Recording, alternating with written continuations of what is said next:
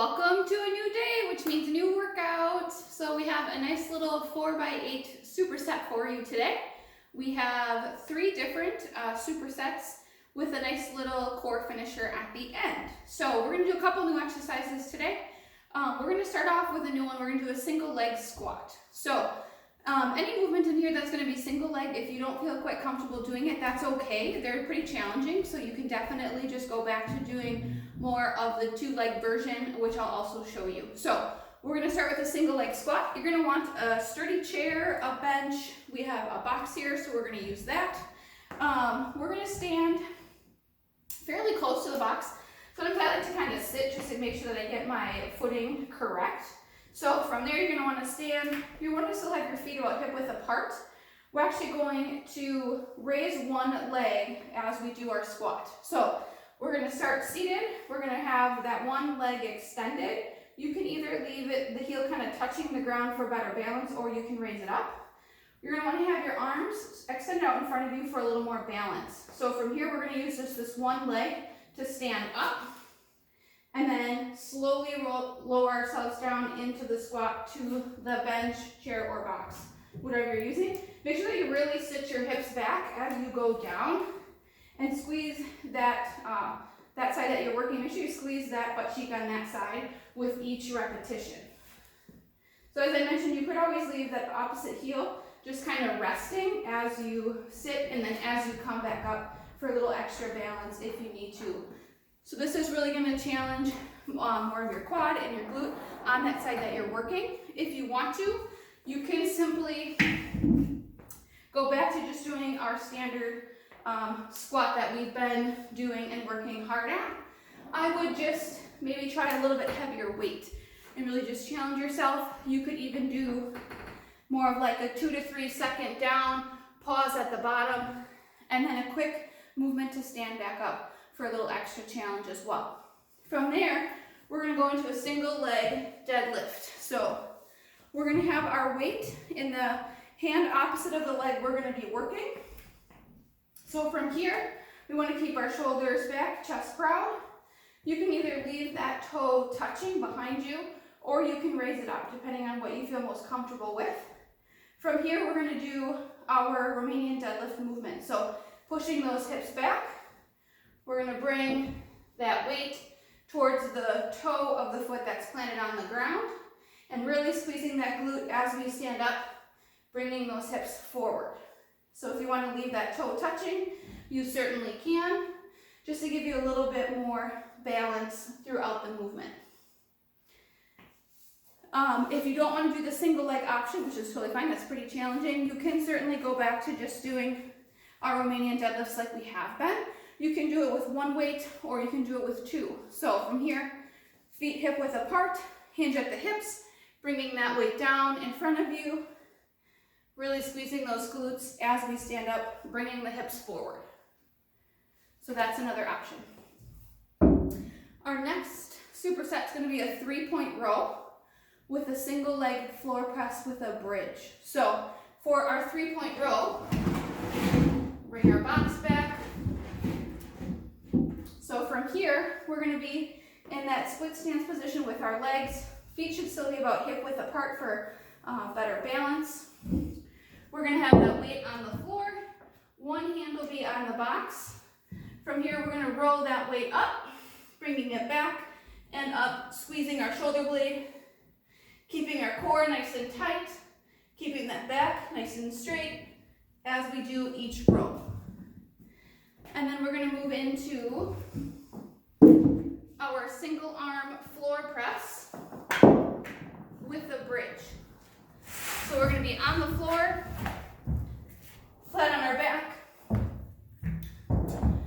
We're actually going to bring our hips up, and we're going to hold them in this bridge position as we do our single arm floor press. So feet flat on the floor, core engaged, squeezing those glutes, pressing that weight up right over our chest. So that's going to be our single arm floor press with a bridge. Again, all exercises are going to be 8 each, or 8 total if it's doing both, both legs, both arms for the exercise. and we're doing 4 sets for each one. Our last superset, we're gonna do Renegade Rows and a push-up with hip taps. So, we're gonna wanna have 2 weights that are sturdy that we can put our hands on and hold ourselves up on the floor. We're gonna get into our high plank position with our feet a little wider than hip width apart for proper balance. From here, we're gonna do our rows. We're gonna row one weight up, bring it down, make sure that you're steady, roll the other side up as well. Keeping that core nice and tight, trying not to let ourselves rotate too much as we do our rows. We can always drop our knees down into more of a modified position as well, keeping our back nice and flat, and doing our rows from here as well.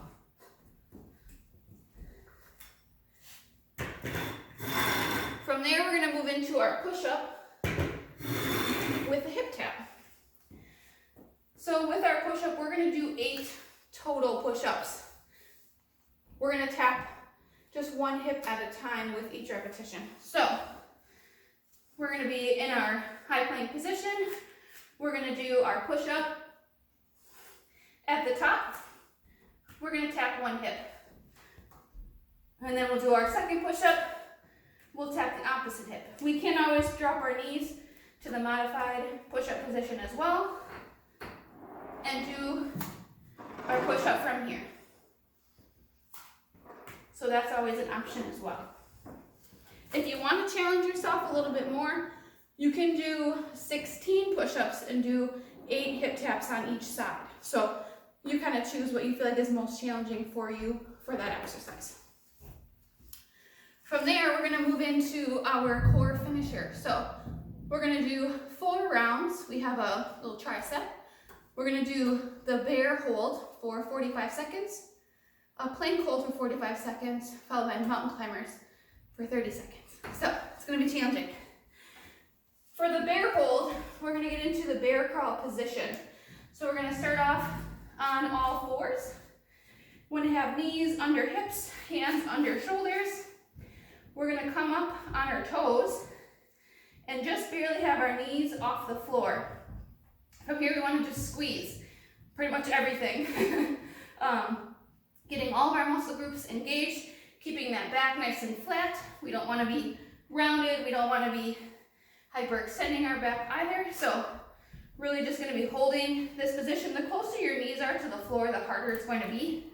If you bring those knees up a little bit, that'll be a little bit easier. So you can kind of adjust throughout the 45 seconds based on what's most challenging for you. From there, we're gonna move in just to a standard plank. So on our elbows and our toes, keeping that core engaged, squeezing our glutes and our quads, just really make sure we keep everything nice and tight as we hold. We don't wanna have our butt too high. We also don't wanna be sagging. So keep that spine in a neutral position and hold for 45 seconds. From there, we're gonna move into our mountain climbers. So we're gonna do 30 seconds total. Back to the high plank position. Hands should be directly under shoulders, on our toes, and we're gonna climb. Bringing those knees forward, really driving them forward as fast as we can for the 30 seconds. So that's gonna be our full body workout for today. We hope that you guys enjoy it, and I look forward to hearing what you enjoy most. Have a great day.